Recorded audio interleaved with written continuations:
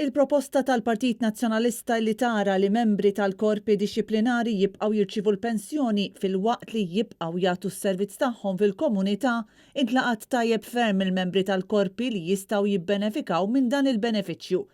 Fost il-ħafna proposti li qed iniedi l-Partit Nazzjonalista il-ħadd filgħodu Bernard Grech ħabbar li gvern ġdid nazzjonalista ibiddel is-sistema biex dawn il-ħaddiema jieħdu dak li fl-aħħar mill-aħħar ikunu ħadmu għal jieħdu l-snin. Gvern immexxi minni lill-membri tal-korpi dixxiplinati, dawk li jkunu intitolati li jirċievu pensjoni wara 25 sena servizz, aħna rriduhom li jkollhom il-possibilità li jekk iridu jibqgħu jagħtu s-servizz lejn din l-art li tant iħobbu, imma jibqgħu ukoll mhux biss jitħallsu tal-paga imma jieħdu il-pensjoni illi huma intitolati għaliha, il-pensjoni tas-servizz. Fost dawk li reaġixxew b'mod pożittiv għal din il-proposta kien hemm il-Pulizija, bil-Viċi President tal-Union tal-Pulizija Marlon Healy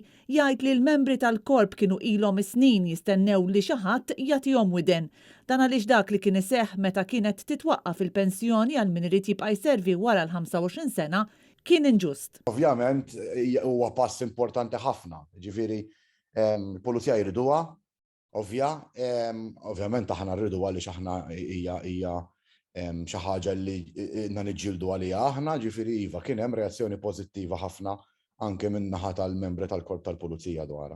U qal li din il-proposta tista' tgħin ukoll biex il-korp ma jitlifx persuni ta' esperjenza qabel il-waqt. B'dan il-mod naħseb illi nistgħu nżidu l-ammont ta' pulizija li jiddeċiedu illi jiqpgħu fil-korp li ħajqpgħu essenzjalment jiqpgħu jagħmlu l-istess xogħol li qegħdin jagħmlu llum u jkunu jistgħu jibbenefikaw mill-pensjoni li fl-aħħar mill-aħħar jkunu ħdimna għaliha aħna stess. Waqt li ħabbar din il-proposta Bernard Grech qal li l-Partit Nazzjonalista jrid li l-persuni jaħdmu u jirnexxu u kien propju dan il-għan ta' din il-proposta li mistennija tgħin lil eluf ta' ħaddiema li jkunu servew lil pajjiżna b'tant dedikazzjoni għal snin sħaħ.